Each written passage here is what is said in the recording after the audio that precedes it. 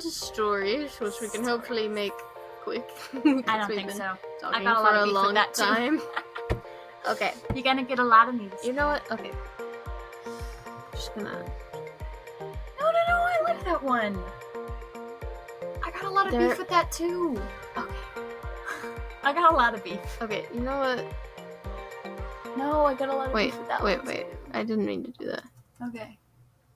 Just put that in general. Hogwarts? What? Ugh. She typed Hogwarts. Yeah, we'll just put Hogwarts in general. But first of all, we're going to talk about some story elements that have been controversied. Okay. So let's just jump into movies versus books. I can start because Go ahead. I'll go ahead and say my 2 cents. So obviously the books are great, and they're very well written, very awesome, and all of the things. And obviously they started the franchise. And the movies though are also very good movies. As far as book adaptation goes, book adaptations go, it's it's one of the better ones for sure, and it kind of had to be since it's a huge deal and it's so many movies. If it was like a terrible movie from the start, they were going to be in big trouble. But they did very well. They did probably the best they could with adapting it to the screen. Ultimately, I'm gonna say that the books are better just because books are Books are better. Well, sometimes, but yeah, true. It's just the books for most of the time for the wizardy story, and since it was the original, I will just say it's better because it has some more stuff and it has it's just that is the story. But I will say one thing maybe the movies did better is well, I don't know if this is necessarily better, but I will say what the movies did is gave me a way to picture Ron and Hermione and Harry and all the characters in my head, because without that, honestly, I did not have a very good picture of them in my head, because I was just, I don't know, I probably don't pay enough attention to character descriptions anyway, but even if I did, I did not picture them very well, and now I just think of them as the actors anytime I hear them, even in the book. So, okay, so my 2 cents, which is probably going to end up being a quarter. Anyway. Okay, so about the books. They were so good. Reading them the first time, Rowling just drew me into that world. I was almost a part of it. Without being a part of it. I didn't have my own character. But, I was really, really involved in that. I'm what's going to happen next? Oh my goodness, I got to stop reading because I have way too emotions wrapped up in this. That's fair, yeah.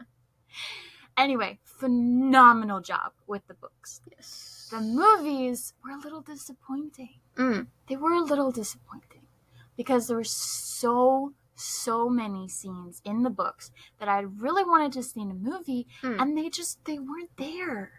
It was really sad for me to not be able to see those in a cinematic form.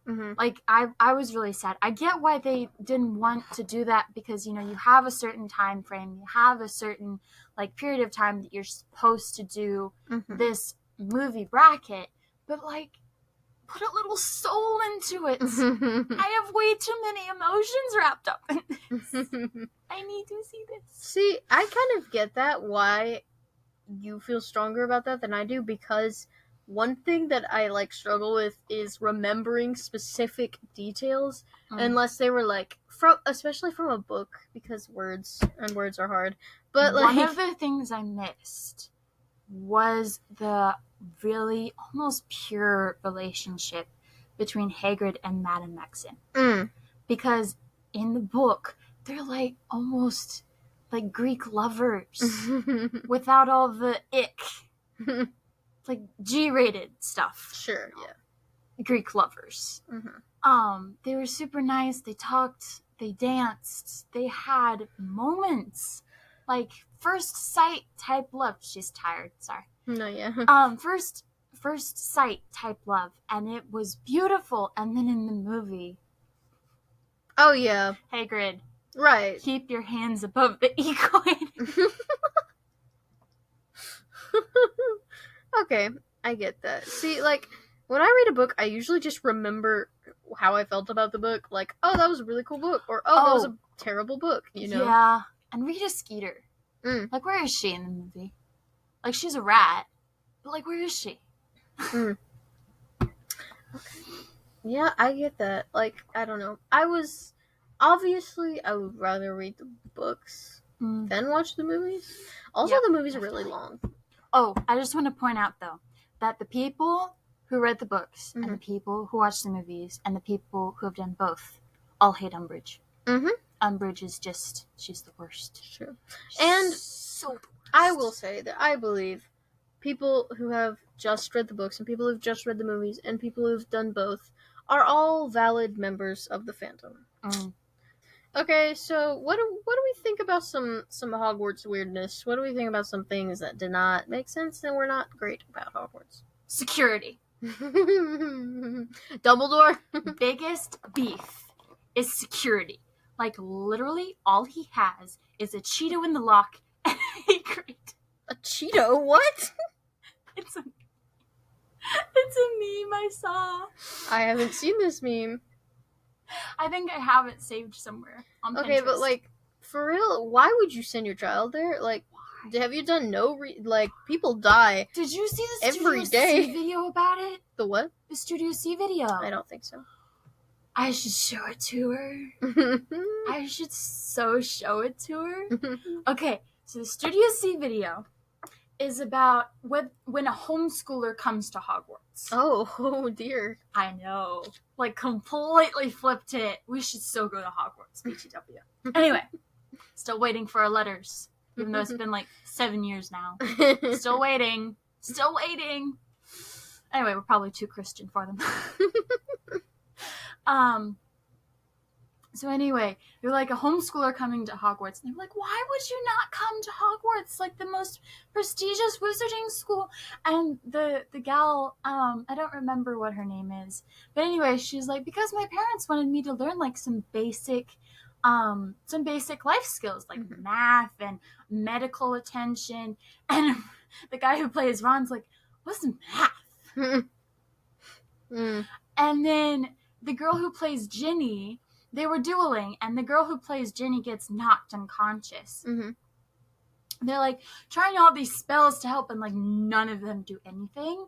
And then Ron does, like, this weird spell, and they're like, that's not gonna work. And then he goes, Avada Kedavra. He doesn't finish the spell. It doesn't kill her, thankfully. But then the homeschooler comes over, and she's like, she's fine. She just needs some basic medical attention. She, like, gives her a bit of pounding on the chest and, like, wakes her up and, like, stops her a little bit. Like, she doesn't do much, but, like, Ginny immediately wakes up. Ron's like, you witch! It's like, we're all witches. Yeah, but she's a witch! No, that's funny. That's a valid point. Like, dude, don't send your all you got children is to Madame Hogwarts. Pomfrey. Yeah. Which, she's amazing. Yes. She is. Kudos to but her. there are She way did too many work. visits to the hospital wing. Yeah, that, you like, First of all, the troll. Why would they not have people at every single entryway, even on Halloween? Like, bro, you have crazy mer people and a giant squid in your lake. You have centaurs who could literally do anything based on what they think the planets are telling them. They could literally knock your door down in the middle of the night, and Dumbledore would have never even freaking known it. Or he would have, and he would just been like, dude. I wonder what I'm gonna force Harry to do to risk his life today. Yep. You have a freaking basilisk in your basement, and you got a Cheeto in the lock and Hagrid. Okay, I still don't understand the Cheeto, but yeah. Okay, like, honestly, I feel like some people use this kind of argument to be like, this is why I don't like Harry Potter. Honestly, it never ruined any of the story to me. It really didn't. It was very influential to the story. Yeah, it was like just, wizards kind of don't think that much because they're so powerful. Depend on magic way too much. Also, this is sort of off topic, but I saw this like conversation. I don't know. It was a bunch of comments, but it was sort of between like a Hermione and a Ron, but it's like the Muggle versions. Okay. Like they weren't. I don't know if they were together. They were just some random people. But anyway, Hermione's like wizards depend way too much on magic with this and this and this and this, and it's like, you can do this so practically. And then the guy who's basically Ron comes up and is like, yeah, Voldemort, why didn't you just throw Harry out the window? Like, babies are so fragile. Like, that's such a Ron 3 a.m. thought. Like, why? Yeah, it's crazy. Okay, what other things? Because I know you had some things. What other things about Hogwarts you got beef with? I do not understand the point of having like a 5-pound metal ball that is literally cursed to hurtle itself at you at like 200 miles per hour, and all you get for protection is Madame Pomfrey. Useless leather padding. Useless leather padding. Annie, obviously the purpose is to further endanger the students. Puny sticks that are easy to fall off of. And 2 people with bats who are also on the opposing team who will hit you with said bats. Okay, just a second, bro. Who gave Fred and George the bats? Who gave Fred and George the bats? Who was I mean, we love the twins. No. Who gave Fred and George the bats? Like, love them, but like, honestly, who was like trying out for Quidditch? And Oliver. They're like, yes, we want to be the ones with the bats. And then it was Oliver. Oliver, like, dude, you saw the Weasley twins. Oliver, and they were like... Lee Jordan, George, and Fred are like the marauders of their time. Like, those 4 were like the most phenomenally idiotic, lovable characters in the book. I loved all of them and really wanted to see Oliver and Lee more in the movie. We barely got to see Lee. Like, he was black in the first movie, and then he turned white. Like, what's up with that? Did he turn white? I didn't notice that. I think he did. Or, like, he got replaced or something. But it's like, we only saw him once. Like, dude, we want more of Lee Jordan. No, that's fair. I get that. And Oliver. He was, like, in 1 movie.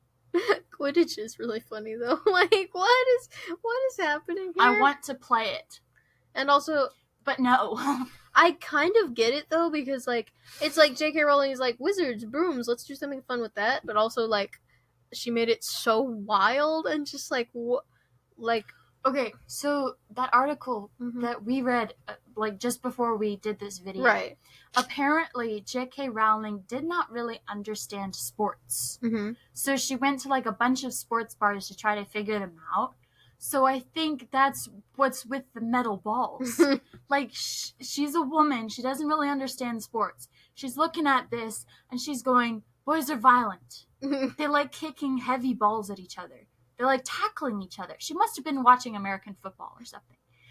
Anyway, so she's like, well, let's make this 5-pound giant metal hurtling 2,000 miles per hour ball on people with useless leather padding. But then let's also let girls play.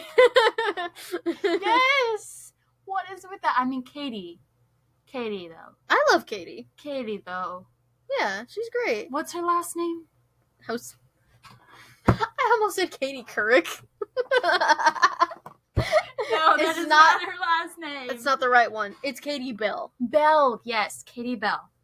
Love her. She's great. Love her. She deserved more. She definitely did. And she did not deserve to be cursed. No. Not at all. No.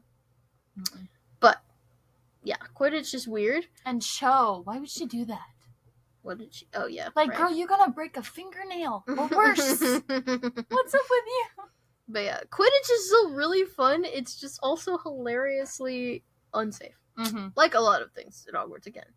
But it's just, like, the way people...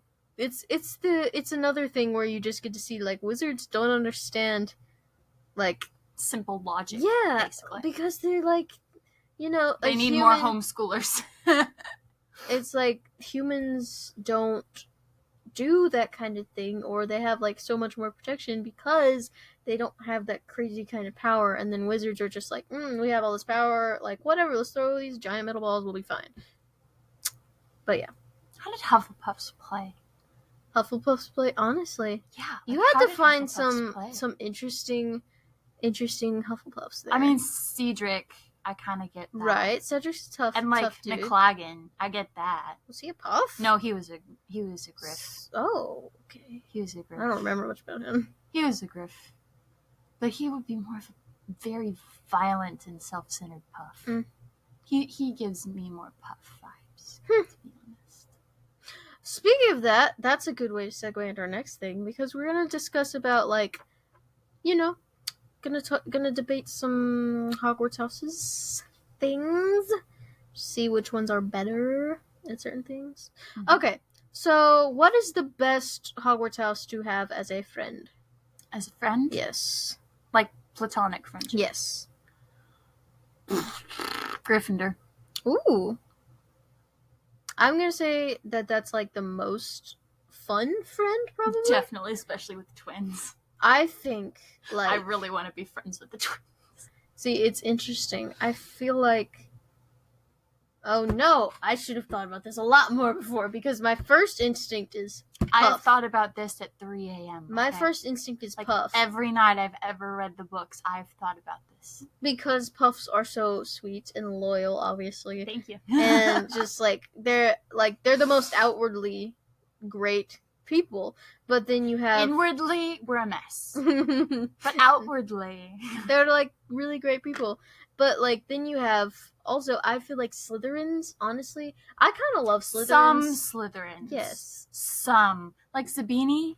But I would not be able to like put up with him. I would be slapping him like 24/7. Like, dude, leave me alone. Some Slytherins like are just really great because they are so. Michaela. Yes. Michaela, you've seen her, or like you guys have seen her on 2 of my episodes. Like those kind of Slytherins, they're just like, they're so cool. They're smooth. They're easy to talk to. They really are. And get along. And they know how to. Sometimes they're nice. Like, yeah. Sometimes it's unbelievable, but sometimes they are nice. Yeah. And the thing about Slytherins, though, that make them such good friends is that they literally know how to make people happy. Like, they have so much charisma. It's not just like Hufflepuffs, I feel like, kind of just do make people happy. Like, we do. But like Slytherins know, we make people healthy and happy is what we do. People just, I mean, Slytherin just know how to make people happy. They know what people want. And if you are friends with a Slytherin, then that's going to be Puffs know what people need, and Slytherins know what people want. Okay, that's fair. So those are like the best houses for friendship. Right. Gryffindor is a little too like neck breaking in my opinion. I'm gonna go back on my first choice and say Hufflepuff or Slytherin. Okay. Because Gryffindor, on second thoughts, is like the most breakneck type friends ever. I still want to be friends with the twins, but like they're just. You're gonna get into a lot of things. You're going to get into a lot of things. It's gonna be fun, but it's also probably gonna be illegal. No, it's gonna have like, depending on the Griff, right? It's going to have certain levels of illegality. Yeah. I think for me, I'm gonna have to go with Slytherin just because I do wish I had more Slytherin friends. I have plenty of Gryffindor friends, and I have some Hufflepuff friends. I don't have and Judah. Right. I don't have that many Slytherin friends, and I just love the idea of a Slytherin friend. I think it'd be great. Definitely. There's not very many good Slytherins out in the world. We need to give them a shout out. Yeah, they deserve more love. Yeah. Okay, so speaking of love, we're gonna jump over and then we're gonna jump back. P.S. Ravenclaws are too self-centered to be a good friend. Most Ravenclaws. Wow. That's funny, though, how we both did not think of Ravenclaws. Okay, speaking for my own house here, guys, that's fair. Like, the thing with Ravenclaws is we are very head-centered, and, Hufflepuffs know what people need, Slytherins know what people want. Ravenclaws just aren't that aware of their surroundings. They're very aware of their head. She walks into walls. Yeah.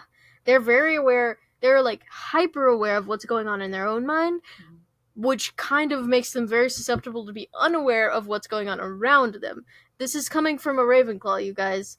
That's fair. Like, you kind of have to work to be friends with a Ravenclaw, because with Luna, she's a special exception. Right. She's a special exception. She's actually like a very sweet Ravenclaw. She's actually very empathetic. I can't believe why so many people weren't friends with her. Yeah, she's like I guess she was weird, but she was right about a lot of it. Right, that's like true. Like the rock spurts. Mm-hmm. Like I would have gotten those glasses. Yeah. And asked her how to like banish them. No, Luna was a great friend. She's definitely, but and the Thestrals. Like a lot of Ravenclaws are just so like. And Snorkack, which was actually like the whatever it was. Yeah. I don't remember. A lot of Ravenclaws, we're just like too head centered to kind of be aware enough to be a great friend, you know. Like we can still be. You can. It's funny sometimes. Speaking as a Ravenclaw, I feel like this is a very Ravenclaw thing. We just kind of like, people just kind of end up liking us, and we're kind of just like, oh, we've been friends now, and cool. And we, like... She does that every time. Yes, like... Every single time. I don't... Sometimes, like, the way I make friends is people end up... They, like, you... Like you. Like, That's they just how adopt we me. ended up friends, yeah. You just adopted me, and I was like, I had cool. to forcefully adopt I was her reading to a be my book, friend. and you were like, hey, we're friends now. And I was like...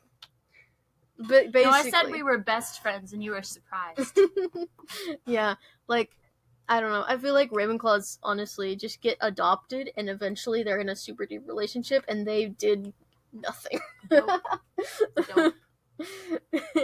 Usually by the puffs. I love you, my people, but we're not great at this particular thing.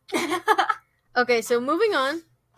Which house do you think would be the best in a romantical situation of love?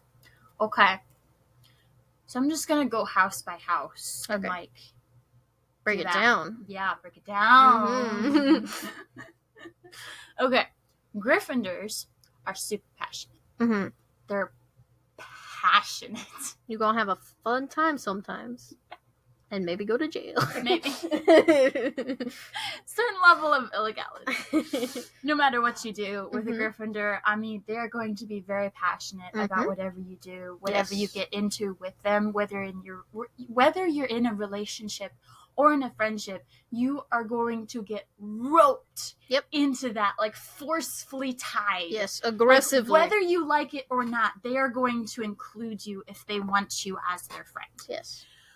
With a relationship, it really comes into that, I think.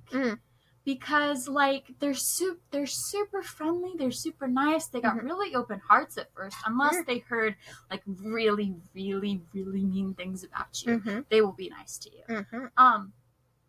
But, like, it just, they strike me as a good, but very passionate. Yes. A little intense. A little intense. You know? Yes. That would be a very intense relationship. And I think in some cases with Gryffindors, not in all cases, as was the case with Lavender Brown, who I think was actually a Ravenclaw. I don't remember. I don't really remember what she was. She was a Gryffindor. She was a Gryffindor? Yeah. Okay. So, since she was a Gryffindor, in the case of Lavender Brown and Ronald Weasley, there was a lot of passion, but not much, like, actual connection. They need to have a connection. They have so much passion, so much physical, like, stuff going on in their lives, so much drama, so much everything just pummeling them, that they need a sort of spiritual connection, otherwise it won't work. You need to work with the relationship. You need to work at it. You need spiritual pain to go through together to create a Gryffindor relationship. Okay, moving on. Hufflepuffs. The most love. The most love. Most of us love everybody. I don't think I've ever really met a puff who didn't love at least 5 people. Personally, I love everybody I meet. Like, it's probably bad that I leave a piece in my heart with everybody I meet. She does. I do. I'm a lover. But I think in a romantic relationship, it's sort of hard to, like, actually get them to be in a relationship. Like, it's, okay. Do tell. So this is just me personally and, like, my experience with other puffs. Like Judah. Love you, Judah. You should definitely check out his podcast. What's it called again? Plug. True View Radio. True View Radio. Go check it out. You can pause the video and go check it out right now. We don't care. Anyway, so with Judah and with a bunch of other people that I have met who are also Hufflepuffs, we love everybody. We will talk to everybody. We will be nice to everybody. And because we're nice to everybody, everybody's nice to us. But I think when you fall in love with a puff, you have to sort of break a barrier. Like, we do leave pieces of our hearts with everybody, but you have to, like, take our heart for your own. Like, you have got to just grab it, take our breath away, sweep us off our feet. Otherwise, you're just going to end up with just another piece. Yeah, with just another piece. Like, you've got to take it. Otherwise, it ain't going to happen. Yeah. There's work in every sort of relationship, but I think with Gryffindors and with Hufflepuffs, that's, like, a lot of work, especially. Because puffs are also very observant. When you try to take our hearts, we will try to stop you. Very aware, yes. You're very aware of the people that we leave our hearts with. Okay. Ravenclaw. You gotta break through barriers. Yes. With Ravenclaw. There are a lot of barriers. There are. First, there are the mental barriers. Like, they are, like she said, they're hyper aware of their own minds. Yes. And not much of anything else. Exactly. So you have got to be in their head. Yes. You have got to get into their head. You have got to, like, really get in there. I can't believe I'm giving relationship advice on your podcast. No. I just realized that. For, like, Potterheads? No, that's funny. Anyway, relationship advice for Potterheads with Annie Hughes. Anyway, so, yeah, with Ravenclaws, there's so many barriers. First, you've got to get into their head, and then they guard their hearts even more tightly. That's true. Because they guard it with their heads, which their heads are actually the easier part to get into. Because if you make them laugh a lot, or if you spend a lot of time with them, or you gotta just make them think about you. Yeah. Otherwise, it ain't gonna happen soon. I will say, with the, like, hearts thing, Ravenclaws, my people, we're a lot more okay with people knowing what's in our heads and what's in our hearts, because we're more in tune with what's in our heads, and we kind of, just like we forget about our outside surroundings, our heart kind of can become an pushed aside thing, because we're so, like, brain head thing focused, and especially we're, like, generally care more about, like, facts than feelings, and we just, like, that's what we focus on, and we can kind of forget about this. So, like, they've honestly, gotta get used to you being in their head, right, before they'll let you in their heart. Yeah. You gotta like, gradually go down. Yeah. There are a lot of barriers. Yeah. Okay, moving on to Slytherin. Okay, with Michaela specifically, because she's, like, the only Slytherin I know. Yes, and we love Who's her. Nice to me. The rest of them, I don't know, because they're nice to me. I don't know. Everybody's nice to me because I give them a piece of my head. Anyway, so as Slytherins, based on what I've read in the books, seen in the movies, and Michaela, there aren't many barriers, but there's a lot of emotional things that you're just going to have to work through together. Like, they use their heads, but they're not as aware of what's going on in their minds as Ravenclaws. They don't mentally analyze every single thought, every single thought process that's going in their minds. Right. So they end up sort of, like, missing a piece. Like, they get the whole picture, but some of the details are a little, they accidentally, unknowingly pick out. Right. Like, without knowing it. Love you, Michaela. But it does happen. Yeah. It's the thing with Slytherins is that they are very focused on giving themselves like the best advantage they can in life in their real situations, and so they take, they try to get the best absolute balance they can by being aware of their own minds and by being aware of what's going around them, that sometimes like you don't they can't get as full of a sense as with one or the other. And usually, since achieving what they're trying to achieve has to do a lot more with other people, it can often be their own mind that is the part that's a little bit more neglected. Yep. Okay, so Slytherins, the main thing that you need to do to get in with a Slytherin, the main thing you need to have is understanding. First of all, with their thought processes, because they will miss things very easily, very understandably, but they will miss them. And with their hearts, they're not necessarily open-hearted, but they don't really guard it very well either. It's really complicated with Slytherins. Like, they will guard their hearts if they think you're going to try to take it away from them, if they think you're going to try to steal it. But, like, when you just sort of sneak in there, they'll let you. Sure. Like, open all the doors. It's crazy. You just got to know how to get into...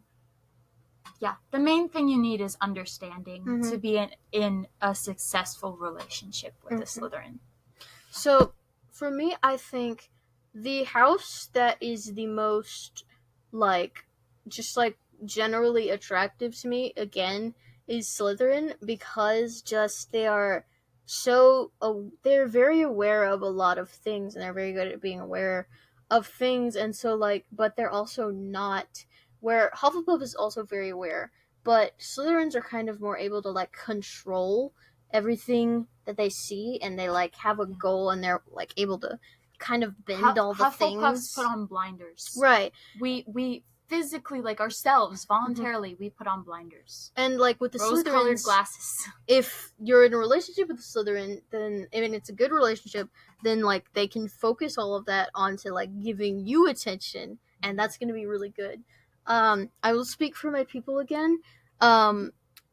So one thing I think is a very Ravenclaw thing is I feel like we're the least likely house to notice when there is a possibility of a relationship between us, because again, it's a lot with friendship, is we don't notice that much. Even if you have gotten to that stage with a Ravenclaw where you're good friends with them, if you're trying to take it to a different level, we're probably not going to be able to tell. You gotta get out of the friend zone. Yeah.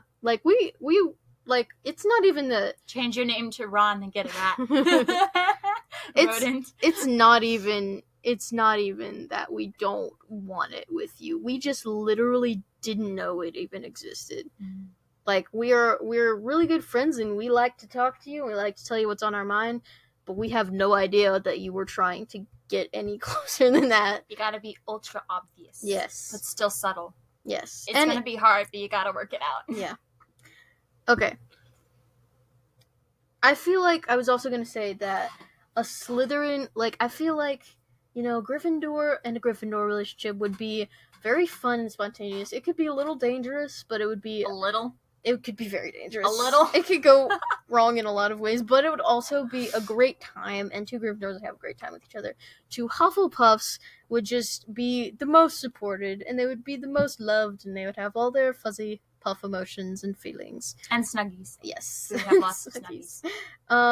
And then, two Ravenclaws would be very, they would just be very content with each other, because a Ravenclaw...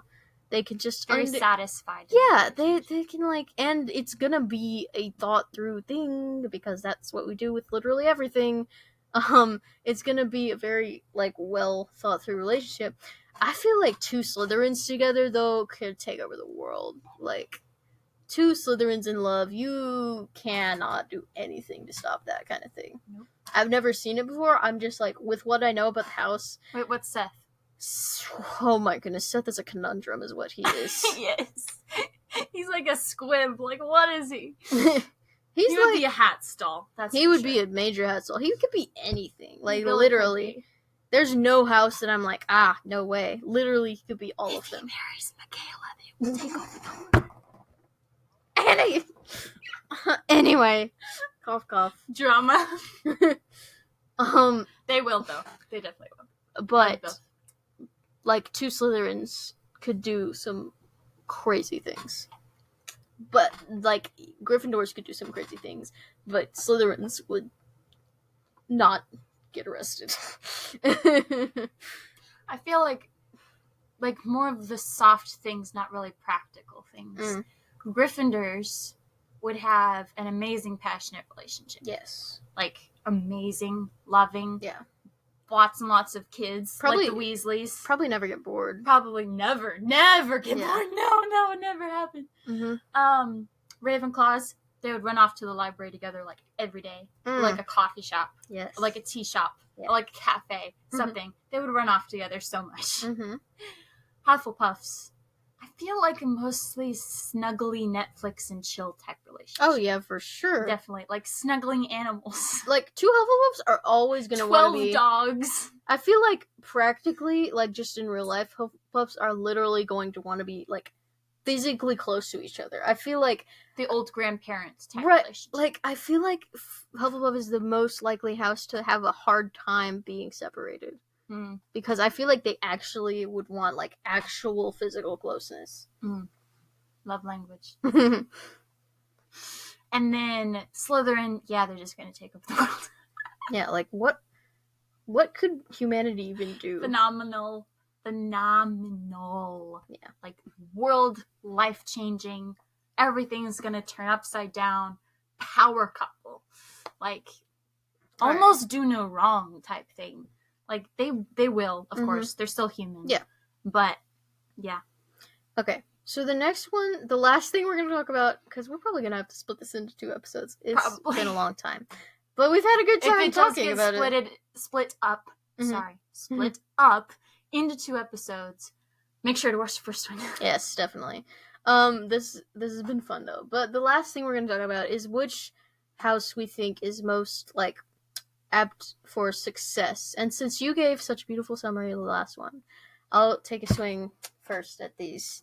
Okay, so success-wise, so with Gryffindors, they are going, like, with them, they're going to try to do a lot to be successful. They're going to try to, they're very aggressive, they're pretty impulsive as well as passionate, impulsive, aggressive. So they're going to try, kind of, like, barrel down the road they see to get to their success, which is... Like Aaron Newbold, also on Trivia Radio. So go check it out. Like, sometimes that's actually a very useful thing to be able to do, to be spontaneous, but also it's, like, Gryffindors can also be, like, probably more susceptible than other houses to not thinking things through, and often they are, like, kind of, like, in the moment, alright, this is happening, I need to do this is happening, I need to do this, and not thinking things too far in advance.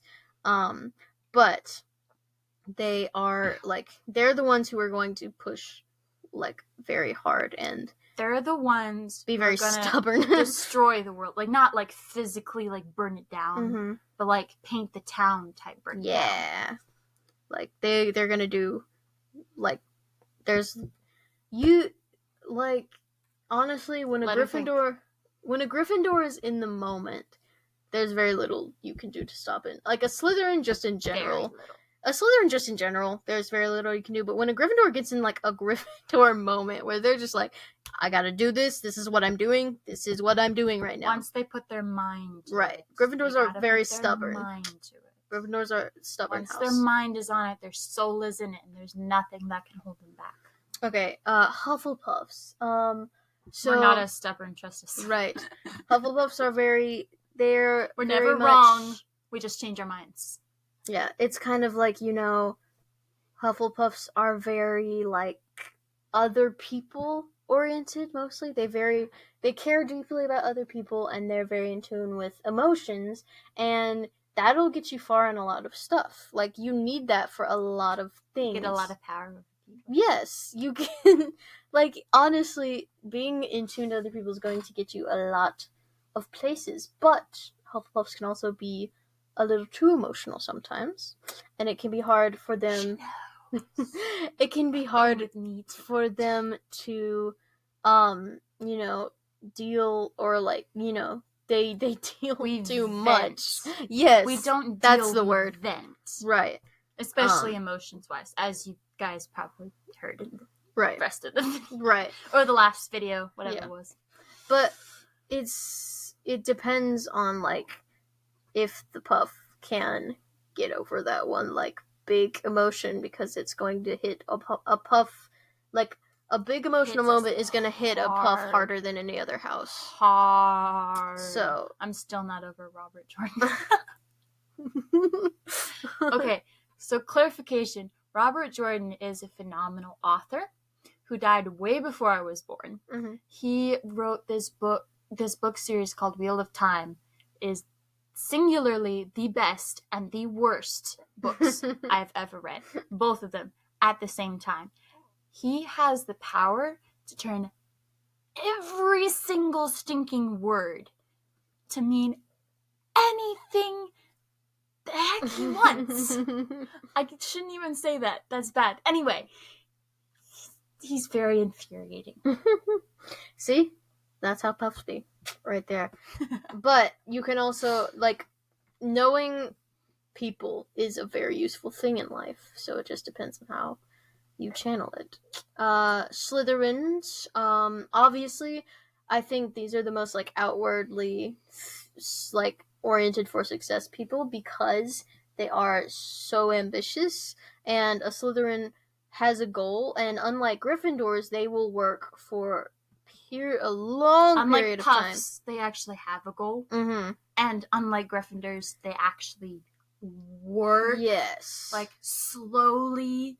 They will work painstakingly, not achieve. Passionately. Really, right? They're more logical about it. Like, painstakingly, detail by detail by detail by detail. Right, and they're going to use everything around them to get to that one goal. Usually manipulative, which is why they get such a bad rap. Right, but I don't know. There's not a lot that can hold a Slytherin back from achieving their goal. They're like. That's the thing, one of the things that they do. But, a Slytherin just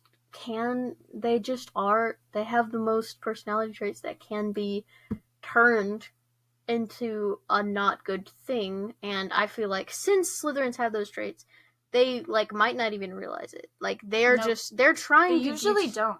Right, they're trying to reach their goal. The traits they have. They usually don't realize what they have. They're just trying to reach their goal, and if they start getting a little too intense and getting a little too, this is my goal. Sometimes they need a boundary. Yeah. Which is also good relationship advice. You need sympathy, and you need to know how to set boundaries in a relationship. Which is why, like, they got the rep for being evil, is because I feel like they wouldn't even know. Because they're just trying to get this goal that they have, so... Yeah. Especially in the case of Malfoy. Dude didn't have boundaries. Yeah. He had doting mother. A doting mother and a emotionally distant father. How was he going to get boundaries from that? Yeah. He has his Aunt Bellatrix, who gives him boundaries on being good. Yeah. Like... He has bad boundaries. But honestly... That's, like, Slytherins are going to be very good at being successful. And then, I will again speak for my people, the Ravenclaws. So, Ravenclaws are going to be basically the exact opposite of Hufflepuffs. Emotional setbacks... Polar opposite. Emotional setbacks are not going to be a big deal for Ravenclaws because they're going to push them aside, because that's not important in the moment. They're just gonna kind of, like, deal with that quietly on their own. And just kind of forget about it eventually, and not let it out like Puffs, because when Ravenclaws are trying to succeed at something, they are very focused on that thing, like a Slytherin, but they are focused on it in and of themselves. Because a Slytherin kind of uses everything to their advantage. A Ravenclaw is like... Well, not really to their advantage per se. More specifically, to the building of their mind. Sure. And then, the building of their armor. Yeah. Like their emotional... not emotional. Personality growth. Sure. Like... and mental, logical, the growth of their personality. And a Ravenclaw's biggest one thing they can have a bad habit of doing is, I have to do this. This is what I need to do. And, forget that there is anything that could even help them in this, because they're like, this is my goal. It's just what I'm trying to succeed in. It's me. And I am just going to... Yes, you do. I do. And I'm just going to, block everything out until this goal is achieved, and that can be very helpful if the goal is something small and in a day. It can also be very restricting, right? Especially in a love relationship, like not just you specifically, because your mom's gonna kill me if she sees this. Anyway, but especially in a romantic relationship with a Ravenclaw, like you said, they're not gonna know, because they're so wrapped up in their brains, but also they're so set on what their goal is in life that, they don't really need boundaries, because they know their boundaries, but they can get really stuck in just, achieving this thing that they want, or, getting it, even materially. I've seen a lot of Ravenclaws who are, materialistic, and, they want this and this specifically. Everybody can be materialistic. Right. Especially with materialistic Ravenclaws. Right. It's just certain houses are more inclined to certain pitfalls. But, it's with us, it's, it's going to take a minute for us. When a Ravenclaw, me specifically, but I'm, this is a Ravenclaw thing. It's come down, right? Smell the flowers. Whenever there are things around you, just look at this for a little while. Look how you feel afterwards. I've actually experienced this recently, but when a Ravenclaw, like myself, is not being able to accomplish something on their own, that is the bad thing.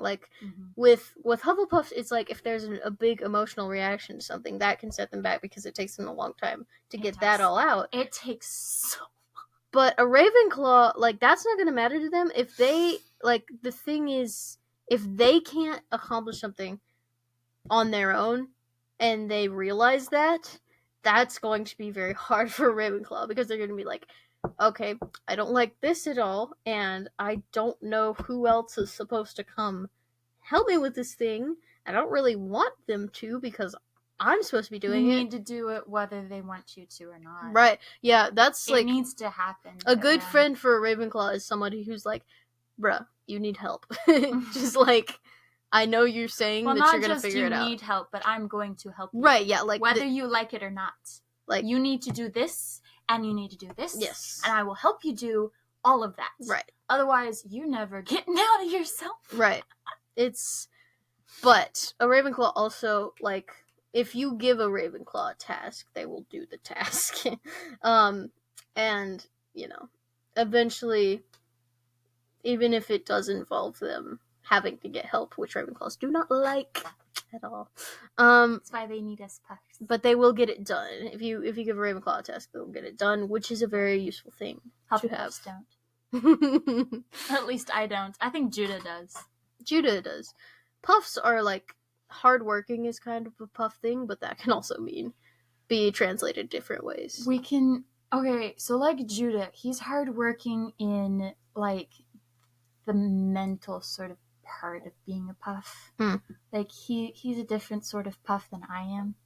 He's more we can be very focused. We can be. Yeah. It'll be hard, but we can be very focused. But it depends on the puff, on what they're focused on.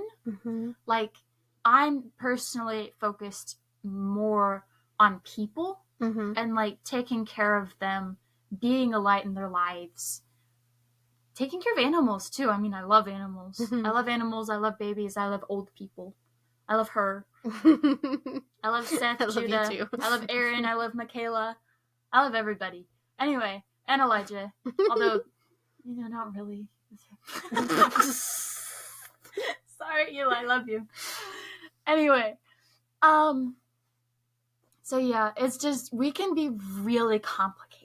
Yes. You just gotta put in the work and figure us out. Mm-hmm. We don't even know what's wrong with us. we don't know.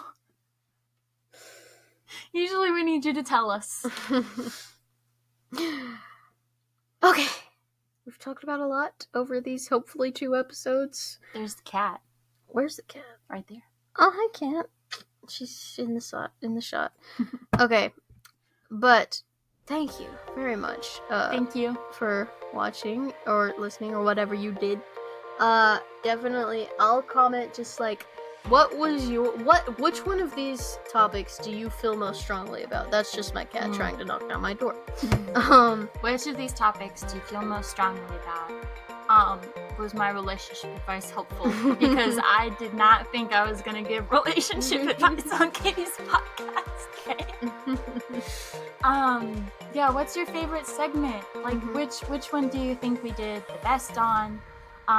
You can literally comment on anything. They won't judge you. Definitely. You can literally say whatever you want, even if it's not an answer to the question. Just no cursing. No cursing. Jesus I mean, I won't. You. I won't. Jesus is watching too. And I won't publish it anyway. But yeah, definitely follow the pod, share it with friends.